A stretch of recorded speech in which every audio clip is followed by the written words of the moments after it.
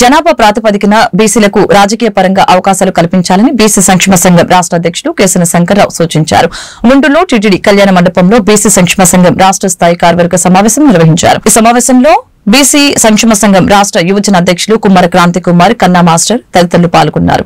బీసీలకు ప్రాధాన్యత ఇచ్చిన పార్టీలకే తమ మద్దతు ఉంటుందని ఈ సందర్భంగా తెలియజేశారు. అదేవిధంగా బీసీల కోసం సుదీర్ఘకాలం నుంచి పోరాటాలు చేస్తున్న కేసన శంకర్రావుకి ఎమ్మెల్సీ పదవిని ఇవ్వాలని డిమాండ్ చేశారు.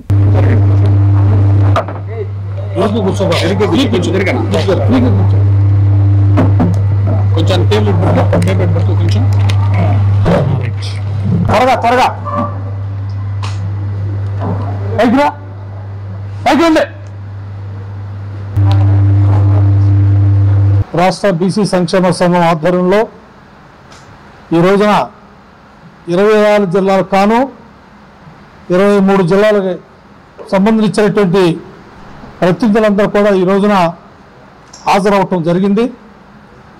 రాష్ట్రంలో జరుగుతున్నటువంటి పరిణామాలు కానీ, బీసీ సంక్షేమ సంఘం రాష్ట్ర వ్యాప్తంగా బలోపేతం చేసేటువంటి కార్యక్రమాలు కానీ అనేక అంశాల మీద చర్చలు జరిపి దాని తదుపరి ఈరోజు రాష్ట్ర అధ్యక్షులు ఏ నిర్ణయం తీసుకుంటే ఆ నిర్ణయానికి మేము అందరం కూడా బద్దులమై ఉంటామని చెప్పని మా యొక్క బీసీ నాయకులు చెప్పిన మీదట వారందరూ కూడా పేరు పేరున ధన్యవాదాలు, హృదయపూర్వక నమస్కారాలు. మేము ఈరోజు రాష్ట్ర ప్రభుత్వాన్ని ప్రధానమైనటువంటి డిమాండ్లు కొన్ని చేస్తూ ఉన్నాం. బాబాసాహెబ్ అంబేద్కర్కి విజయవాడలో ఏ రకంగా ఆయన యొక్క శృతివనాన్ని నిర్మాణం చేశారో 26 జిల్లాల్లో డిఎస్సి కోచింగ్ సెంటర్ కొన్ని ప్రాంతాల్లోనే పెట్టారు. అలా కాదు, 26 జిల్లాలో కూడా బీసీలకు సంబంధించినటువంటి పిల్లలందరూ కూడా దూరాభారం వెళ్ళాలంటే ఇబ్బంది కనుక మరి 26 జిల్లా హెడ్ క్వార్టర్లో కూడా మేము పెట్టమంటూ జరిగింది. దానికి కూడా వాళ్ళు తప్పనిసరిగా పెట్టారు. ఈ రోజున పిల్లలందరూ కూడా డిఎస్ఏ కోచింగ్ సెంటర్లో మరి క్లాసులకి తీసుకున్నటువంటి పరిస్థితి. అదేవిధంగా మరి ముఖ్యమంత్రి గారు కుల గణాంకాలు చేసి ఈ రాష్ట్రంలో జనాభా నిష్పత్తి ప్రకారంగా మాకు ఏదైతే స్థానిక సంస్థల్లో గతంలో 34% ఉండేది, దాని తర్వాత 22% కుదించారు.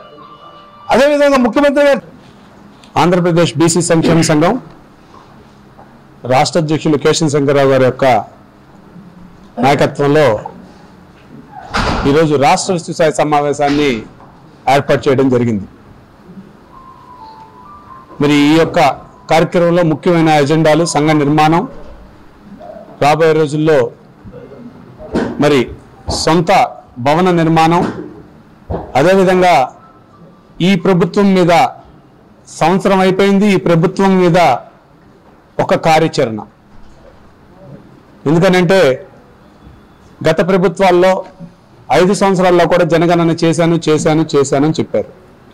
కానీ ఇప్పటి వరకు మా కుల జనగణన మీద కానీ జనగణన మీద కానీ ఏ స్పష్టత ఇంతవరకు లేదనేది ఢిల్లీలో 42% అదే ఏ విధంగా అయితే అక్కడ రాజకీయాల్లో జనాభాలో పూర్తి స్థాయిలో ఉద్యోగాల్లో అన్నిట్లో తీర్మానం చేసి మరి కేంద్రానికి పంపిస్తే కేంద్రంలో బీజేపీ ప్రభుత్వం ఇప్పటి వరకు దాని మీద స్పష్టత లేదనేది మనందరికీ తెలిసిన నిజం.